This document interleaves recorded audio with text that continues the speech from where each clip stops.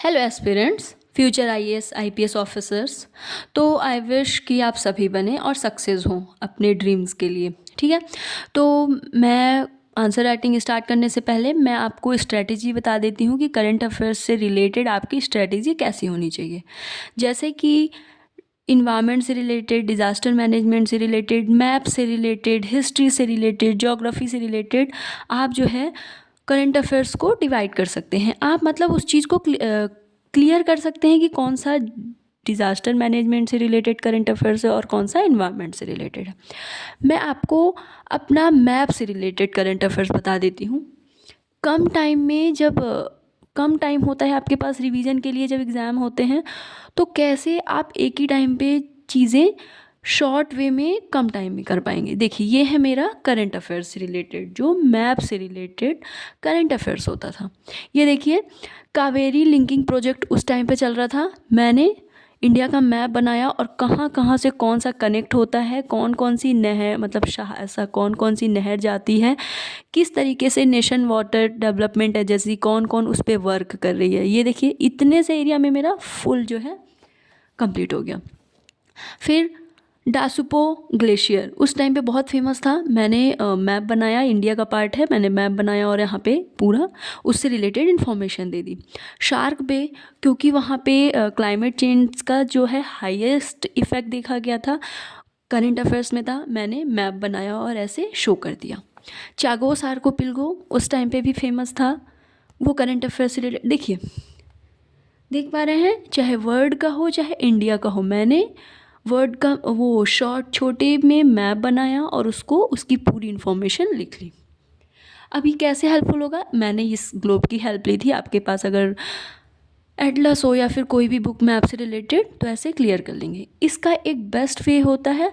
इससे आपकी हेल्प कैसी होती है, जब आपका current affairs subject wise, topic wise divide रहता है, जब आप मेंस आंसर राइटिंग करते हैं, तो आपके पास इनफ एग्जांपल्स होते हैं।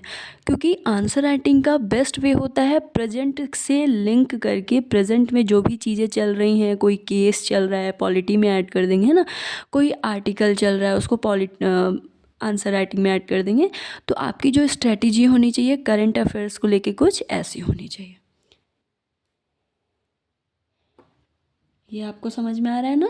तो आपको ऐसे जो है मैंने एक आइडिया दे दिया है, आपको इस पर वर्क करना है। ओके, तो हम आते हैं हमारे क्वेश्चन आंसर राइटिंग पे। हमारा जो आज का क्वेश्चन है PYQs ही है, वो यूपीएससी की है। हम 2013 से, क्योंकि एथिक्स पेपर ऐड हुआ था यूपीएससी में, तो न्यू जो इस चेंजेस आए थे वो 13 से, तो हम 13 के भी PYQ 13 टू अभी प्रेजेंट तक PYQs प्रैक्टिस करने की कोशिश करेंगे। क्वेश्चन मैंने आज आर्ट एंड कल्चर के लिए हैं। आरंभिक भारतीय शिलालेख में अंकित तांडव नृत्य की विवेचना कीजिए। विवेचना कीजिए मतलब उसके सभी पहलू को जानना, उसके फीचर्स जानना, उसकी इम्पोर्टेंस जानना। तो मुझे तांडव के बारे में बताना है। मैंने स्टार्ट किया क्योंकि आपके भी माइंड में अगर तांडव आता है तो सबसे पहले आपके माइंड में नटराज की मूर्ति आती है। तो मैंने स्टार्ट किया। नटराज रूप में शिव को तांडव करते हुए निरूपित किया जाता है। भारतीय संगीत में 14 प्रमुख ताल भेद में तांडवीय ताल भी है, जो वीर रस तथा विभत्स रस का सम्मिश्रण है। ये मेरा इंट्रोडक्शन हो गया। अब हम इस तांडव नृत्य की जो है विस्तृत वर्णन करते हैं। भगवान शिव द्वारा सृष्टि और संहार का चाक दिव्य ऊर्जा गहन भावनाओं को दर्शाता है। आपने देखा होगा कितनी चमक है उसमें, ऊर्जा कितनी ज़्यादा है उस मूर्ति में, है ना। इसमें तीव्र गति, पैरों का तेज थिरकना, चेहरे का भाव प्रमुख होता है। संस्कृत शब्द तांड से, मतलब तांड मतलब कूदना, से बना, जिसमें मुख्य विशेषता कूदना होता है।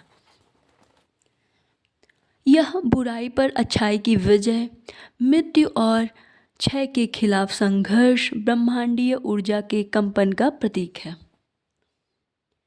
जब शिव यह नृत्य करते हैं तो नटराज कहलाते हैं। तांडव को आनंद तांडव, रुद्र तांडव जब सती जी का सती जी ने अपने देह का त्याग किया था तब जो है रुद्र तांडव शिव ने किया था। त्रिपुर तांडव, संध्या तांडव, संहार तांडव, कृष्ण तांडव, गौरी तांडव जैसे प्रकारों में मिलता है हमें।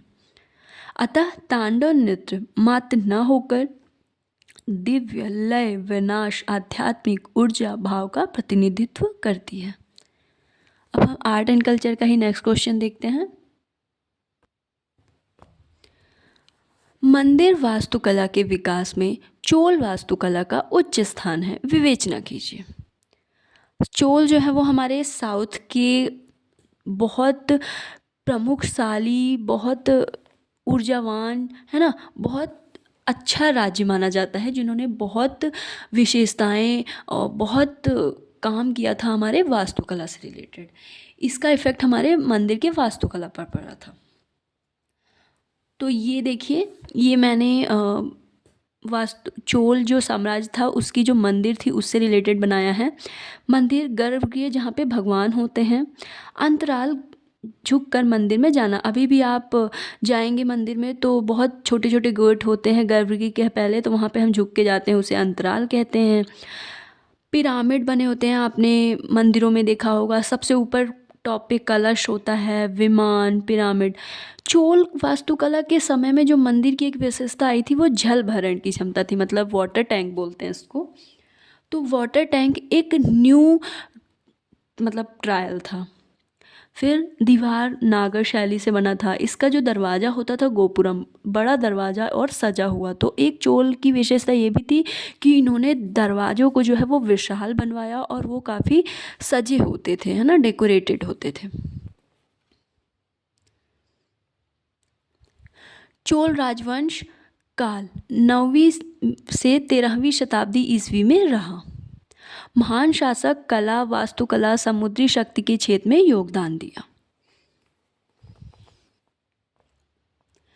मंदिर वास्तुकला का विकास। चोल काल द्रविड़ मंदिर वास्तुकला का स्वर्ण युग था। विमान को और ऊंचा किया गया, शिखर, गोपुरम, प्रवेश द्वार को विशाल अलंकृत किया गया। इसका एग्जाम्पल आपको तंजावुर के बृहदेश्वर मंदिर में मिल जाएगा। मंदिरों में अब ग्रेनाइट और बेसाल्ट पत्थरों का उपयोग शुरू किया गया। मंदिर को विशाल बनाने का प्रयास किया गया। विशालता, जटिल नक्काशी व अद्वितीय निर्माण के लिए प्रसिद्ध उदाहरण तंजावुर का बृहदेश्वर मंदिर है। और दूसरा एग्जाम्पल है गंगई कोंड चोलपुरम है। मंदिरों का बहुआयामी प्रयोग किया गया, मतलब मंदिरों को सिर्फ पूजा स्थल न बनाकर उनको पुस्तकालय, स्कूल, समाज व संस्कृति के केंद्र के रूप में भी प्रयोग किया गया।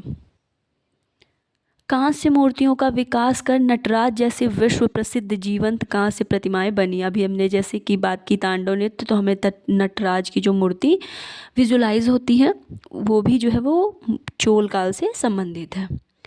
जितना बड़ा मंदिर उतनी बड़ी राजा की शक्ति मानी जाती थी, मतलब मंदिर जितना विशाल होगा उस राजा की शक्ति को उतना ही ज़्यादा माना जाता था। पानी की टंकी, मैंने वाटर टैंक बताया, जैसी व्यवस्था की गई थी जो कि नया आविष्कार था चोल काल में। तो आई होप कि आपको ये क्वेश्चन समझ में आए होंगे। आर्ट एंड कल्चर का है। जब आप कुछ फिगर वगैरह आर्ट एंड कल्चर से रिलेटेड है, ज्योग्राफी से रिलेटेड है, तो मैप ज़रूर होने चाहिए, चाहे वो वर्ल्ड का हो या फिर इंडिया का हो। तो ऐसे शो करते हैं तो एग्जामिनर को भी पता होता है कि आपको चीज़ें काफ़ी अच्छे से विजुलाइज हैं, आपको चीज़ों के बारे में पता है ना। तो कुछ ऐसा रफ मैप, उनको पता है कि अब आप एग्जैक्टली मंदिर नहीं बना पाएंगे, बट आपने बहुत अच्छे से इसको डिस्क्राइब किया है, मतलब चीज़ें आपको क्लियर हैं। आई होप कि ये हेल्पफुल होगा। Okay for today, thank you so much.